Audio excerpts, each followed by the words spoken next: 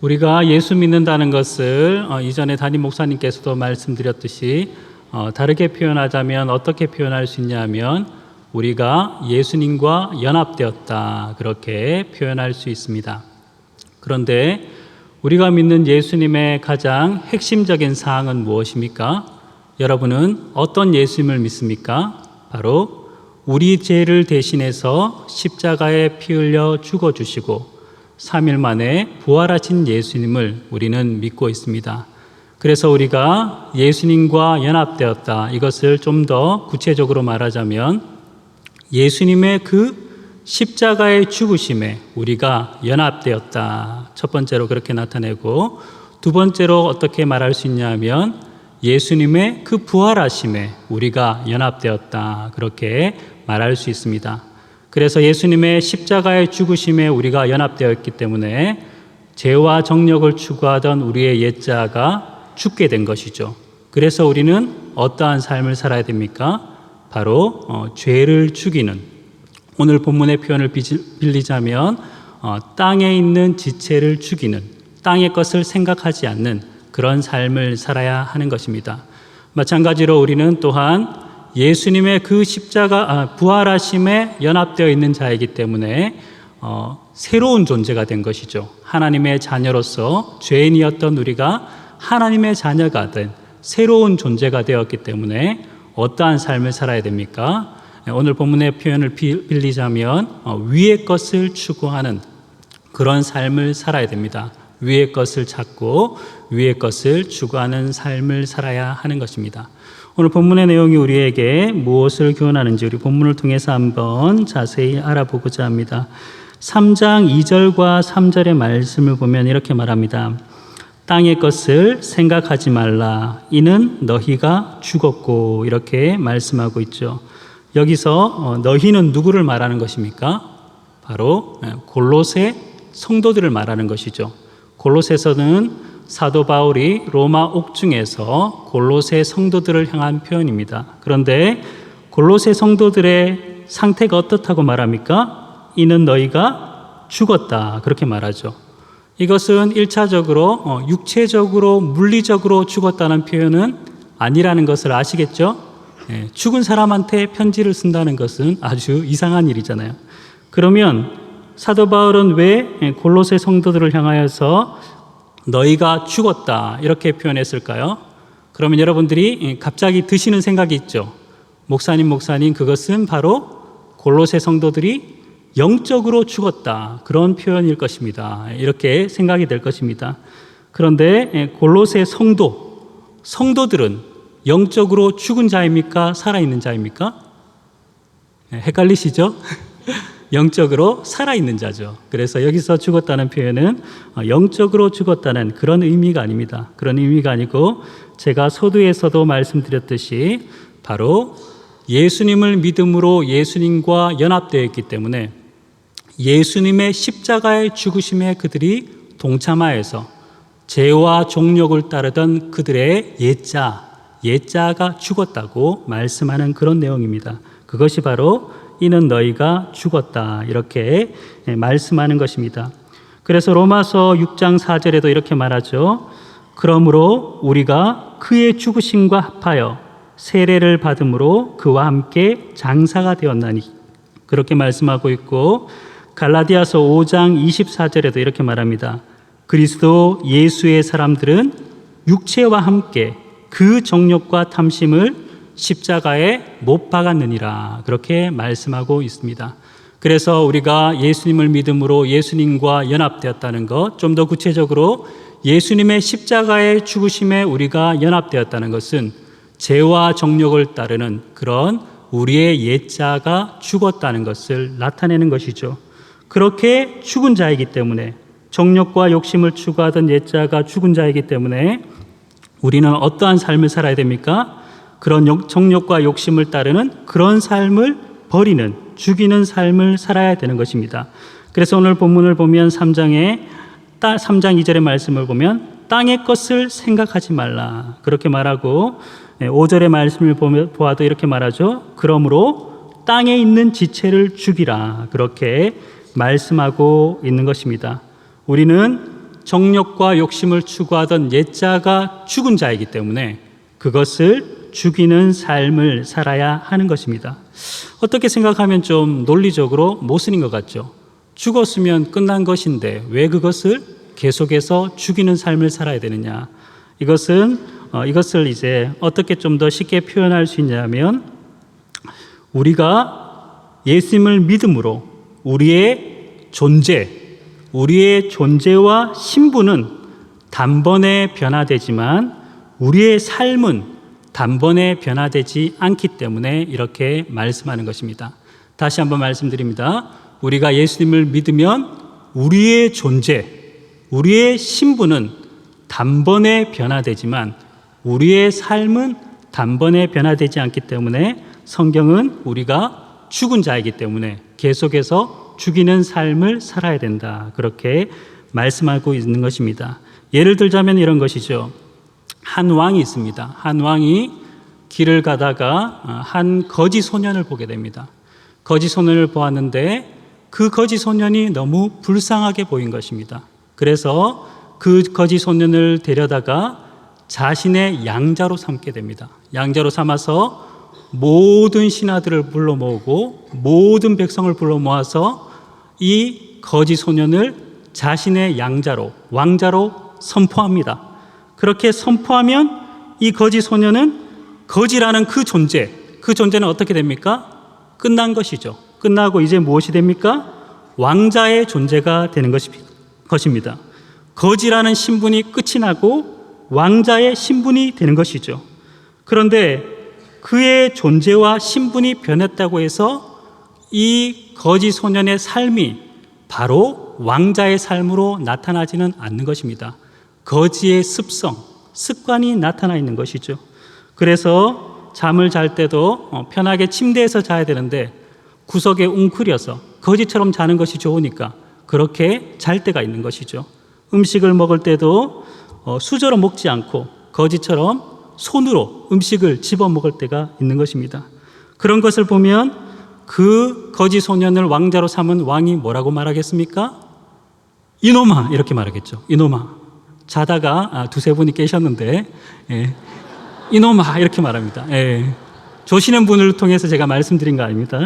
이놈아 그렇게 말하면서 뭐라고 말하겠습니까? 너는 더 이상 거지가 아니니까 거지 같은 삶을 살지 말라.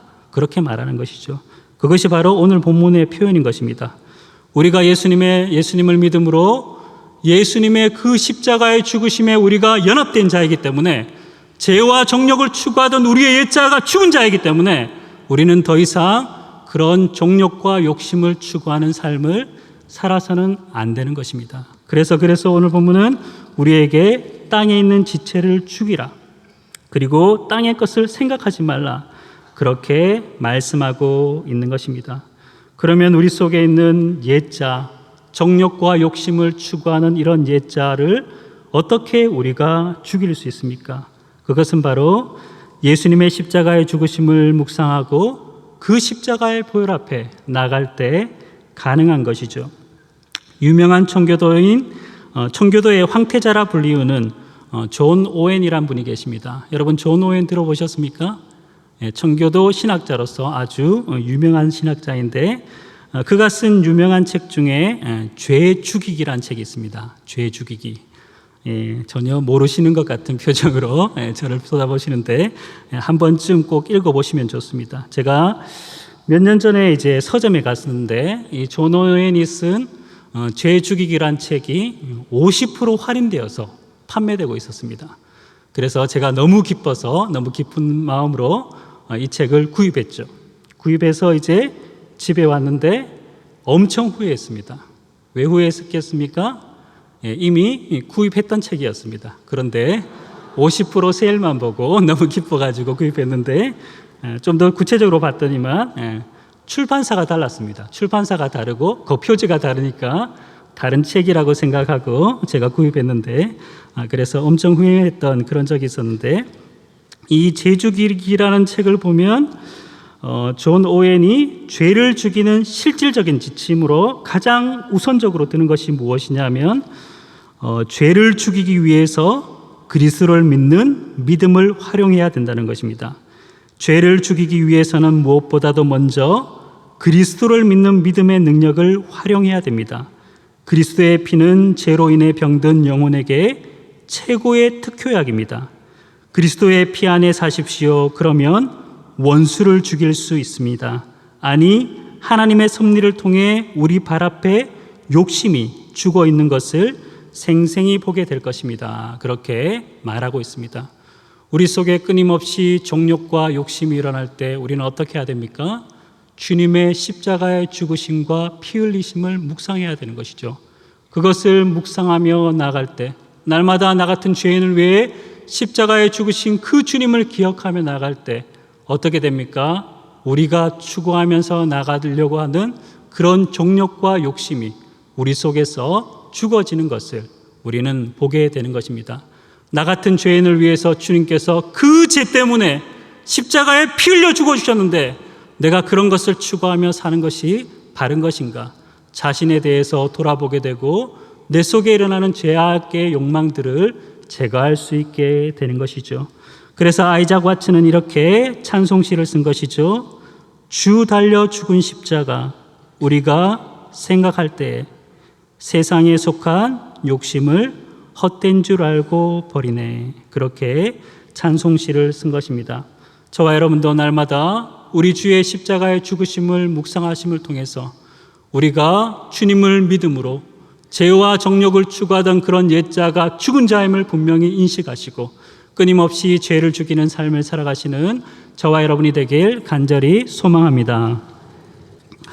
두 번째로 우리가 예수님을 믿음으로 예수님과 연합되었다는 것은 예수님의 부활하심에 연합되었다는 것을 나타냅니다.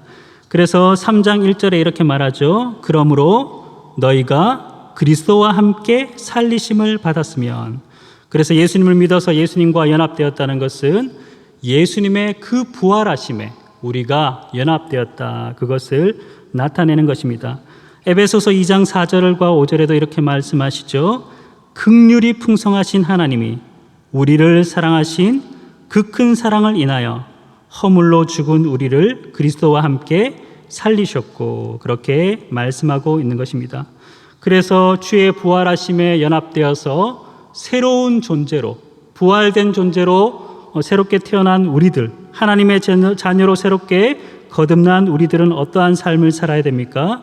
바로 위의 것을 추구하는 삶을 살아야 하는 것입니다. 그래서 오늘 본문은 이렇게 말하죠. 위의 것을 찾으라, 위의 것을 생각하라, 그렇게 우리에게 권면하고 있는 것입니다. 여기서 찾으라, 생각하라는 것은 그저 이러한 집중이 자동적으로 이루어지지 않는 것이기 때문에 계속해서 전진하는 노력이 요구된다는 것을 나타내는 단어입니다. 너희는 계속해서 위의 것을 생각하고 그것에 고정하라고, 그렇게 우리에게 권면하고 있는 말씀인 것이죠. 왜 그렇습니까? 제약된 이 세상은 우리로 하여금 끊임없이 위를 바라보지 못하도록 하기 때문인 것입니다.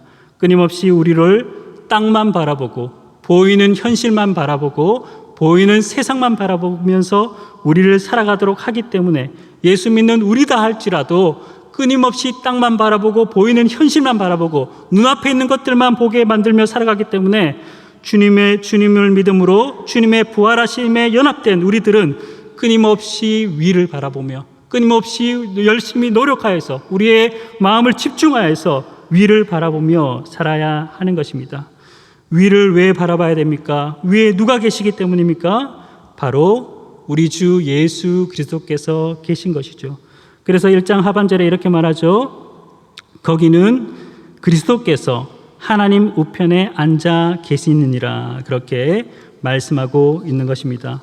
우리가 우리의 마음, 끊임없이 우리의 마음을 산란하게 하는 세상의 헛된 풍조에 휩쓸리지 않고 우리의 마음을 집중하여서 끊임없이 위를 바라보며 하늘에 계신 우리 주님께 우리의 마음을 고정하며 그 주님을 바라보며 살아갈 때 우리에게 무엇이 주어집니까? 바로 위로부터 주어지는 그 주님께서 우리에게 베풀어 주시는 그 힘과 능력을 우리는 공급받게 되는 것입니다. 그래서 이사야서 40장 31절에 이렇게 말하죠. 오직 여호와를 앙망하는 자는 새 힘을 얻으리니 독수리가 날개치며 올라감 같을 것이요 다름박질하여도 곤비하지 아니하겠고 걸어가도 피곤하지 아니하리로다. 그렇게 말씀하고 있는 것입니다. 제약된 세상에 휩쓸려서 이리 흔들리고 저리 흔들리고 정욕과 욕심을 따르는 삶을 살아갈 때 우리는 힘이 빠지게 되는 것입니다. 탈진하게 되고 넘어지고 쓰러지게 되는 것이죠. 그러나 우리가 주님의 그 부활하심에 연합된 자라는 것을 인식하고 깨닫고 그 존재에 합당한 자들로서 주님의 자녀로서 우리의 시선을 끊임없이 하늘을 향하고 위를 바라보며 부활하신 그리스도께 초점을 맞춰 살아갈 때 그 부활하신 주님으로부터 내려지는 새 힘과 새 능력을 우리는 공급받게 되는 것입니다. 그러한 은혜와 능력을 공급받을 때 우리는 어떻게 됩니까? 제약된 이 세상 가운데 주님을 닮은 자로, 주님의 모습을 나타내는 자로, 주님의 삶을 나타낸 자로 우리는 살아갈 수 있게 되는 것입니다. 제가 좋아하는 가스펠송 중에 시선이라는 가스펠송이 있습니다. 여러분, 시선이라는 가스펠송을 들어보셨습니까? 예, 전혀 못 들어보셨죠? 예. 그 가스펠송의 내용은 이렇습니다. 내게로부터 눈을 들어 주를 보기 시작할 때 주의 일을 보겠네. 내 작은 마음 돌이키사 하늘의 꿈 꾸게 하네. 주님을 볼 때 모든 시선을 주님께 드리고 살아계신 하나님을 느낄 때 내 삶은 주의 역사가 되고 하나님이 일하기 시작하네. 모든 시선을 주님께 드리고 살아계신 하나님을 느낄 때 내 삶은 주의 역사가 되고 하나님이 일하기 시작하네. 이런 가사입니다. 여러분, 우리의 시선을 세상의 헛된 것들을 바라보며 나갈 때 우리는 힘이 빠지고 탈진하며 쓰러질 수밖에 없습니다.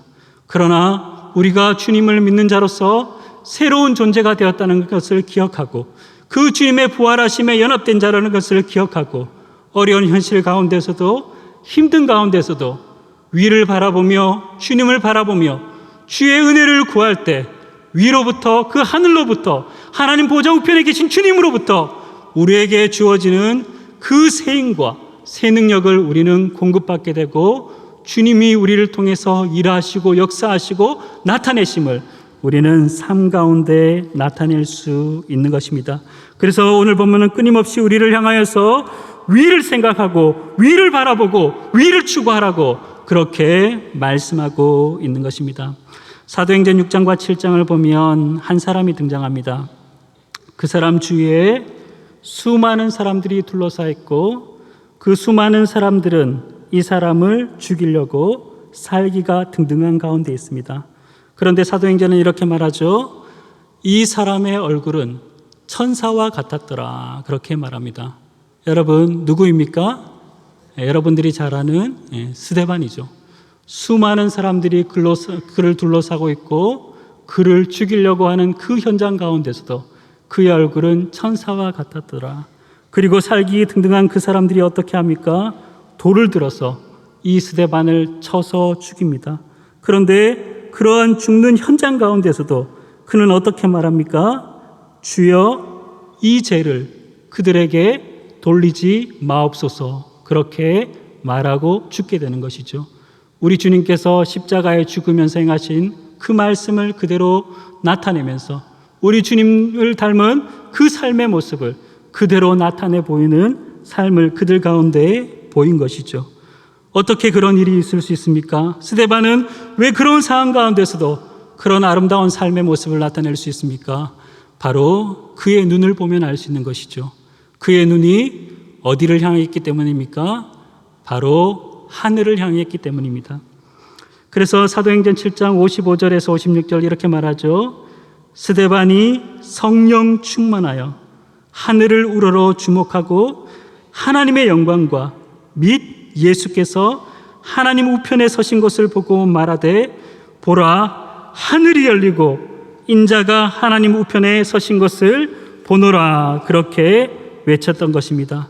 사랑하는 여러분, 스데반이 그러한 어려운 가운데서도 천사와 같은 얼굴을 하고 주님 삶의 모습을 나타낼 수 있었던 것은 그의 눈이 하늘을 향하여서 끊임없이 주님을 바라보며 주님께서 주시는 새 힘과 새 능력을 공급받았기 때문에 그러한 것을 나타낼 수 있었던 것이죠. 스데반만 그렇게 살아갈 수 있습니까? 그렇지 않습니다. 예수님을 믿는 주님의 부활하심에 연합된 그 주님의 부활하심에 연합되어서 주님의 부활의 능력을 입은 우리들도 그렇게 살아갈 수 있습니다. 세상으로 향하였고 정욕과 욕심으로 향하였고 세상의 여러 가지 번잡한 것들을 향하였던 우리의 그런 눈길들, 우리의 마음들을 돌이켜서 저 하늘에 계시고 끊임없이 우리를 바라보시고 우리에게 은혜를 베푸시는 그 하나님께 우리의 마음을 집중하여서 그 하나님의 도우심을 구하며 그 하나님의 은혜를 구하며 그 하나님의 은혜를 사모하며 살아갈 때 우리는 그 하나님께서 베풀어 주시는 은혜와 능력을 공급받고 제약된 이 세상 가운데 주님을 닮은 삶의 모습, 주님의 은혜를 나타내는 모습, 주님의 삶을 나타내는 그런 모습을 나타낼 수 있는 것입니다. 주님께서 우리에게 말씀하신 포도나무의 비유를 생각하십시오. 포도나무 가지가 열매를 많이 맺기 위해서는 어디에 붙어 있어야 됩니까? 바로 포도나무에 붙어 있어야 되는 것입니다. 우리가 포도나무 가지로서 주님이 기뻐하시는 삶의 열매를 많이 맺기 위해서는 어떻게 해야 됩니까?